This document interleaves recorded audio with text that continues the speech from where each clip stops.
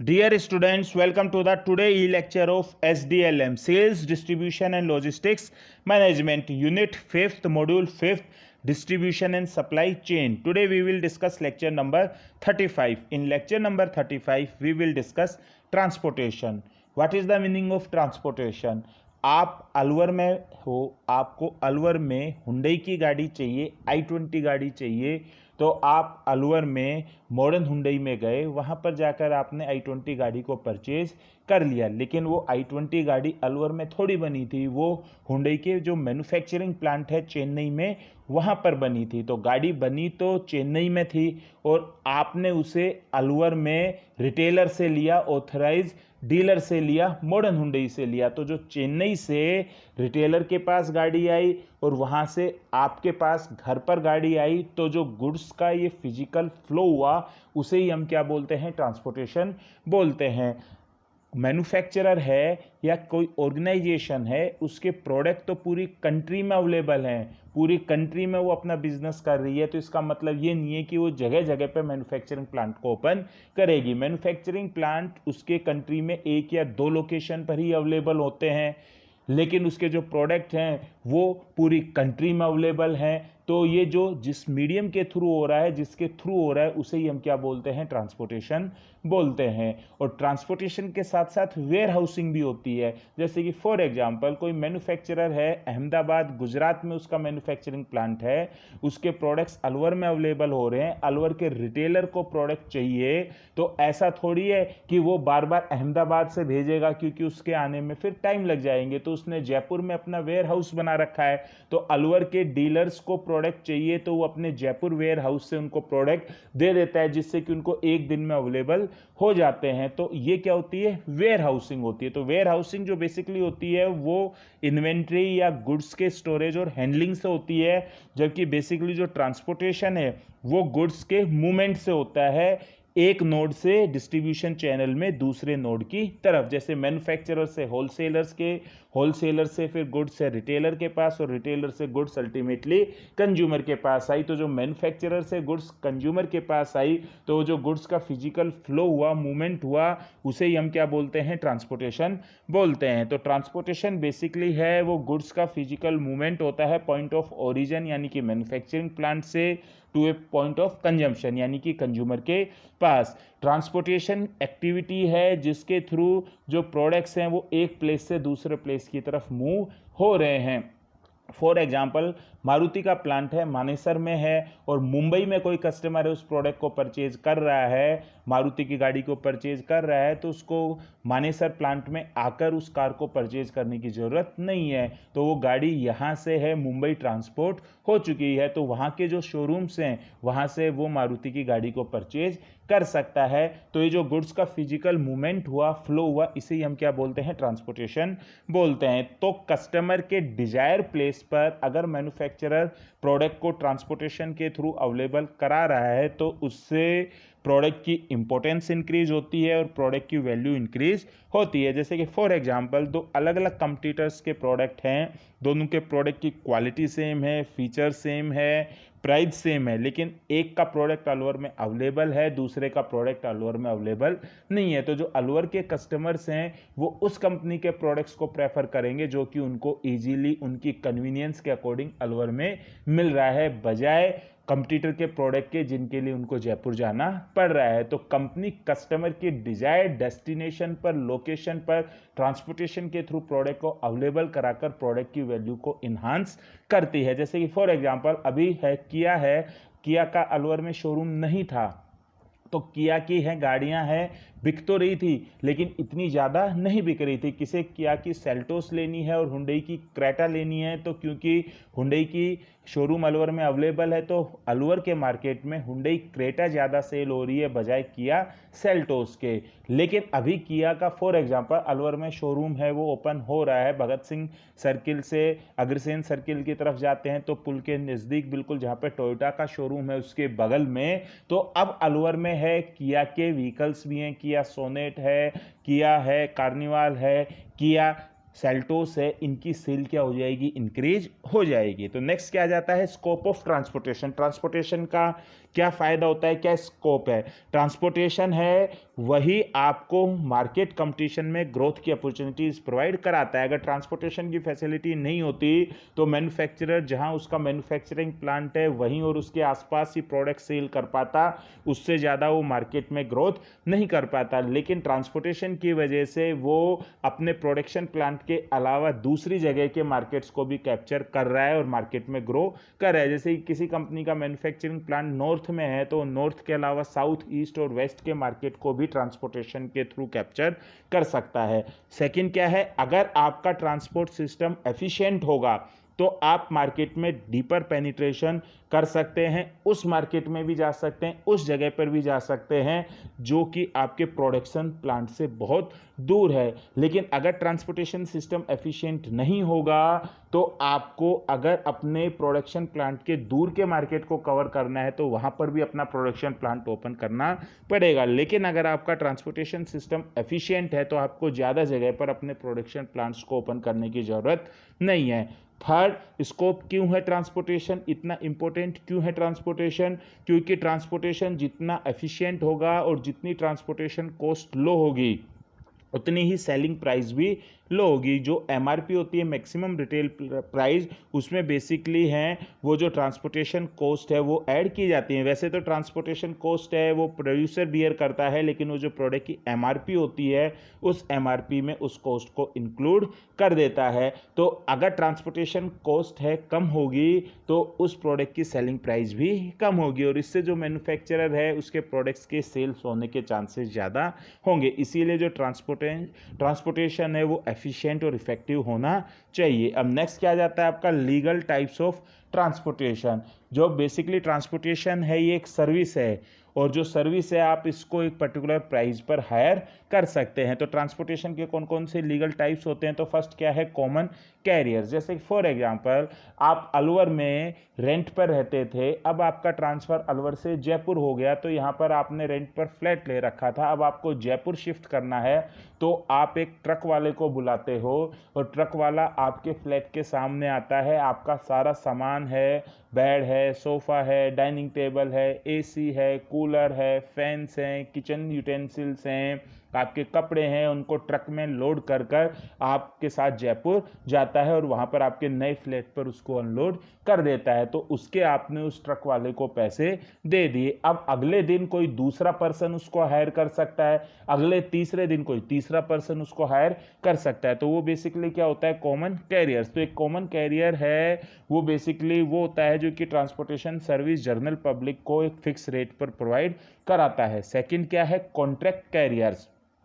Contract carriers हैं वो basically एक पर्टिकुलर ऑर्गेनाइजेशन के साथ उनका कॉन्ट्रैक्ट होता है और वो उसी ऑर्गेनाइजेशन के प्रोडक्ट्स को ही डिस्ट्रीब्यूट करने के लिए ट्रांसपोर्टेशन फैसिलिटी प्रोवाइड कराते हैं। जैसे फॉर एग्जांपल एलजी है, एलजी ने है किसी ट्रक वाले के यूनियन के साथ उसने कॉन्ट्रैक्ट कर रखा है और उसके 7-8 ट्रक हैं वो एलजी के मैन्युफैक्चरिंग प्लांट में लग रहे हैं और वो एलजी के प्रोडक्ट्स को मैन्युफैक्चरिंग प्लांट से डिस्ट्रीब्यूटर पर डिस्ट्रीब्यूट कर रहे हैं और 1 साल के वो कॉन्ट्रैक्ट पर हैं। तो इसे हम क्या बोलते हैं, कॉन्ट्रैक्ट कैरियर्स बोलते हैं। जैसे कि अगर हम इसको सिंपलेस्ट टर्म में समझें तो जो रोडवेज की बस है वो जो रोडवेज की बस है वो क्या होगी, कॉमन कैरियर्स होगी। उसमें आपको अलवर से जयपुर जाना है तो उसमें फिक्स रेट है, आप उसमें आप अलवर से जयपुर जा सकते हो। तो हर दिन पैसेंजर्स क्या होते रहते हैं, चेंज होते थे, तो जनरल पब्लिक के लिए ओपन होती है। कॉन्ट्रैक्ट कैरियर का क्या मतलब होता है, जैसे कि फॉर एग्जांपल अलवर में एपीएस है, एपीएस ने इंदौरिया वाले की जो बसेज हैं वो कॉन्ट्रैक्ट पे ले रखी हैं और उसमें वो है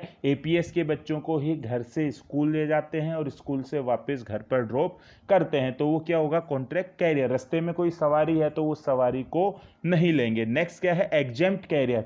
एग्जेम्प्ट कैरियर्स हैं उनको बेसिकली ये क्या होते हैं, फॉर हायर कैरियर कंपनीज हैं। ये इसलिए होते हैं कि इनके रूट्स फिक्स नहीं होते हैं, रेगुलेटेड नहीं होते हैं, ये एग्जेम्पशन भी बियर करती हैं, मतलब इनको स्पेशल रूट भी मिलता है, इनको टोल टैक्स भी प्रोवाइड नहीं करना पड़ता। जैसे एम्बुलेंस है, हॉस्पिटल में एम्बुलेंस खड़ी है, उसका कोई डेली का रूट फिक्स नहीं है, जहाँ पर उसको जाना होता है वो जाएगी। मोक्ष वाहनी है वो एग्जेम्प्ट कैरियर में आएगी। या कोई भी गाड़ी है जो कि लिव ऑर्गन्स को लेकर जा रही है, जैसे फॉर एग्जांपल किसी का हार्ट ट्रांसप्लांट होना है तो उस गाड़ी में अगर किसी का हार्ट एक जगह से दूसरी जगह पर जा रहा है, या लीवर ट्रांसप्लांट होना है एक जगह से दूसरी जगह पर जा रहा है, तो उसको हम क्या बोलेंगे, एग्जेम्प्ट कैरियर। तो इनको स्पेसिफिक रास्ता भी दिया जाएगा, पैसेज भी दिया जाएगा, रास्ते में इनको कोई भी टोल टैक्सेस प्रोवाइड नहीं कराने पड़ते हैं। और नेक्स्ट क्या है, प्राइवेट कैरियर। जैसे एलजी कंपनी है, उसने खुद के अपने ट्रक्स बना रखे हैं और उन्हीं के ही थ्रू वो एक जगह से दूसरी जगह पर अपने प्रोडक्शन प्लांट से डिस्ट्रीब्यूटर्स तक प्रोडक्ट को डिस्ट्रीब्यूट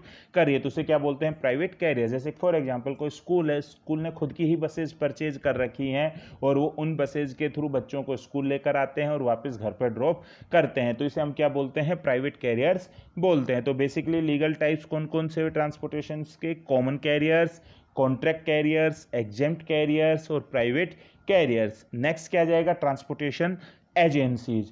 बेसिकली क्या होता है, ट्रांसपोर्टेशन एक ऐसी सर्विस है, एक ऐसी एक्टिविटी है जिसको कि जो मैन्युफैक्चरर हैं वो आउटसोर्स कर सकते हैं। आउटसोर्सिंग का मतलब क्या होता है कि मैन्युफैक्चरर की जो कोर एक्टिविटी है उसे उस पर फोकस करना चाहिए। तो मैन्युफैक्चरर का कोर एक्टिविटी या काम क्या है, गुड्स का प्रोडक्शन करना, और बाकी की एक्टिविटीज़ को उसे है आउटसोर्स करना चाहिए। तो उसको हम जो आउटसोर्स करते हैं, जिन कंपनीज या जिन पर्सन से वो आउटसोर्स करती है, उसे हम क्या बोलते हैं, ट्रांसपोर्टेशन एजेंसीज बोलते हैं। इनको एजेंसीज क्यों बोलते हैं, क्योंकि ये मैन्युफैक्चरर के बिहाफ पर ट्रांसपोर्टेशन का काम करते हैं। वो उस गुड्स जो उसमें उनके व्हीकल्स में जा रही हैं वो उसके ओनर नहीं होते, और बदले में ट्रांसपोर्टेशन के बदले में वो अपने चार्जेज हैं या सर्विसेज हैं उनके लिए वो अमाउंट को रिसीव करते हैं। तो कौन कौन सी ट्रांसपोर्टेशन एजेंसीज हैं, तो फर्स्ट क्या है, फ्रेट फॉरवर्डर्स। बेसिकली जो फ्रेट फॉरवर्डर्स हैं इनको फॉरवर्डर्स भी बोलते हैं, फॉरवर्डिंग एजेंट भी बोलते हैं। ये कोई पर्सन भी हो सकता है, कोई कंपनी भी हो सकती है जो कि आपके मैन्युफैक्चरर के या कॉरपोरेशन या इंडिविजुअल के बिहाफ पर गुड्स का शिपमेंट करती है एक मार्केट से दूसरे मार्केट में। तो बेसिकली जो फ्रेट फॉरवर्डर्स हैं वो इंटरनेशनल ट्रांसपोर्टेशन में काम में आते हैं, क्योंकि इंटरनेशनल ट्रांसपोर्टेशन में आपको अपने गुड्स को बिजनेस में भी आप काम ले सकते हो, पर्सनल यूज में भी काम ले सकते हो। आपको एक कंट्री से दूसरी कंट्री में अपने गुड्स का ट्रांसपोर्टेशन करना होता है। तो वो जो कंपनीज एजेंसीज होती हैं, जैसे कि यूनिवर्सल कार्गो है, इंटरनेशनल लॉजिस्टिक्स सेंटर्स है, वो आपकी गुड्स का पूरा कोऑर्डिनेशन करती हैं एक डेस्टिनेशन से दूसरे डेस्टिनेशन की तरफ, और ये आपको वैरायटी ऑफ कैरियर्स प्रोवाइड कराते हैं, जैसे एयर फ्रीट है, ओशन फ्रीट है, रोड फ्रीट है, और कई केसेस में ये रेलवे फ्रीट भी प्रोवाइड कराती हैं। ये केवल ट्रांसपोर्टेशन का ही काम नहीं करती हैं, आपके बिहाफ पर ये सारी सर्विसेज प्रोवाइड कराते हैं, जैसे कि आपका ट्रैकिंग करना कि आपका सामान कहाँ पहुंच गया है, शिपिंग प्रिपरेशन करना, एक्सपोर्ट के डॉक्यूमेंटेशन तैयार करना, वेयर हाउसिंग कराना, कार्गो में स्पेस को बुक करना, उनके साथ है नेगोशिएट करना प्राइजिंग का, इंश्योरेंस कराना, और अगर एक्सीडेंट हो जाता है तो इंश्योरेंस को क्लेम करना। तो ये आपकी जितनी भी ट्रांसपोर्टेशन से रिलेटेड सर्विसेज हैं, एक्टिविटीज़ हैं, वो सारी की सारी आपके बिहाफ पर करती हैं और उसके बदले में आपसे चार्जेज करते हैं। तो इसे हम क्या बोलते हैं, फ्रेट फॉरवर्डर्स बोलते हैं, और ये बेसिकली इंटरनेशनल ट्रांसपोर्टेशन में काम में आती है। नेक्स्ट क्या है, पार्सल पोस्ट। पार्सल पोस्ट का क्या मतलब होता है, ये छोटे गुड्स को जिनका वेट ज़्यादा नहीं होता है उनका रैपिड शिपमेंट करती हैं जनरल पब्लिक के लिए, जैसे कि फेडेक्स है, यूपीएस है, टीएनटी है। जैसे कि आपने अमेजोन है उस पर आपने मोबाइल फ़ोन है उसको बुक किया, तो मोबाइल फ़ोन है वो आपके पास 48 आवर्स में आ रहा है। तो आपने देखा होगा कोरियर वाले आते हैं या फिर पार्सल पोस्ट वाले आते हैं, गति आई उसकी एक गाड़ी होगी, उस गाड़ी में आपका ये पोस्ट रखा होगा और वहाँ पर पर्सन जा जाकर बाइक पर या छोटे टेम्पू में आपको वो पार्सल को पोस्ट करता है। तो इनका वेट ज़्यादा नहीं होता है। तो ये जो सर्विस है इसे हम क्या बोलते हैं, पार्सल पोस्ट बोलते हैं। तो ये बेसिकली गुड्स जो स्मॉल होती है, मतलब जिनका वेट कम होता है, उनका जल्दी जल्दी शिपमेंट करते हैं जनरल पब्लिक के लिए। तो ये बेसिकली अलग अलग वेबसाइट्स के साथ, अलग अलग ई टेलर्स के साथ इनका कॉन्ट्रैक्ट होता है, और अगर आप उन ई टेलर्स या वेबसाइट पर अपने प्रोडक्ट को बुक कराते हो तो वो आपको इन कंपनीज के थ्रू है आपके डोर स्टेप पर प्रोडक्ट को डिलीवर करती है। नेक्स्ट क्या है, shippers association. Shippers association basically क्या है, non profit member cooperative. For example है MIA एरिया में 8-9 मैन्युफैक्चरर्स हैं। फॉर एग्जांपल इन 8-9 मैन्युफैक्चरर्स हैं, इनके पास इतना पैसा नहीं है कि एक एक जना 5-5 या 6-6 ट्रक्स को परचेज कर सके, तो ये अपना एक एसोसिएशन बना लेते हैं, नॉन प्रॉफिट मेंबरशिप बना लेते हैं, कोऑपरेटिव्स, और हर कोई है 2-2 ट्रक है वो परचेज कर लेता है। और अगर 8 मैन्युफैक्चरर्स की मेंबरशिप है तो इनके पास 16 ट्रक्स हो गए। तो ये जो 16 ट्रक्स हैं ये 8 मेंबर्स हैं अपनी ज़रूरत के अकॉर्डिंग बुकिंग कराते हैं, और इसमें वो कोई प्रॉफिट नहीं लेते हैं, केवल है उसके जो चार्जेज हैं, फॉर एग्जांपल टूट फूट का है, ड्राइवर की सैलरी का है, मेंटेनेंस का है, वो आपस में बियर करते हैं। तो इसे हम क्या बोलते हैं, शिपर्स एसोसिएशन बोलते हैं। तो सपोज किसी को 4 ट्रक चाहिए एक दिन तो 4 ट्रक ले लेगा, दूसरे को 3 ट्रक चाहिए वो 3 ट्रक ले लेगा, जिसने आज 3 ट्रक लिए थे उसको 3 दिन के बाद 5 ट्रक चाहिए था तो वो 5 ट्रक ले लेगा। तो ये आपस में कर है वो जो 16 ट्रक्स हैं, वो 16 ट्रक्स ये 8 कंपनीज हैं, ये अपने अकॉर्डिंग इनकी है शेड्यूलिंग करती रहती हैं। तो इसे हम क्या बोलते हैं, शिपर्स एसोसिएशन बोलते हैं। लास्ट क्या होता है, ब्रोकर्स। ये बेसिकली ट्रांसपोर्ट ब्रोकर्स होते हैं, ये दोनों तरफ से क्या लेते हैं, कमीशन लेते हैं। जैसे एक for example make my trip है, वो ट्रैवल एजेंट है, तो वो अगर आपको एक जगह से दूसरी जगह पर जाना है तो वो आपके होटल्स की बुकिंग भी करता है, आपके एयर की या ट्रेन की बुकिंग भी करता है और आपसे भी कमीशन लेता है, और जो होटल है या जिस एयरलाइन से उन्होंने बुकिंग की है उनसे भी वो कमीशन लेते हैं। तो ये बेसिकली क्या होते हैं, ब्रोकर्स होते हैं। लेकिन इनके रूट के रिगार्डिंग है या शेड्यूलिंग चेंज हो गई, इसके रिगार्डिंग इनकी कोई भी लाइबिलिटीज नहीं होती। तो ये बेसिकली ट्रांसपोर्टेशन एजेंसीज होती हैं, freight forwarders, parcel post, shippers associations and brokers. तो इसी के साथ ही ये आपका लेक्चर नंबर 35 है कंप्लीट होता है। Thank you very much.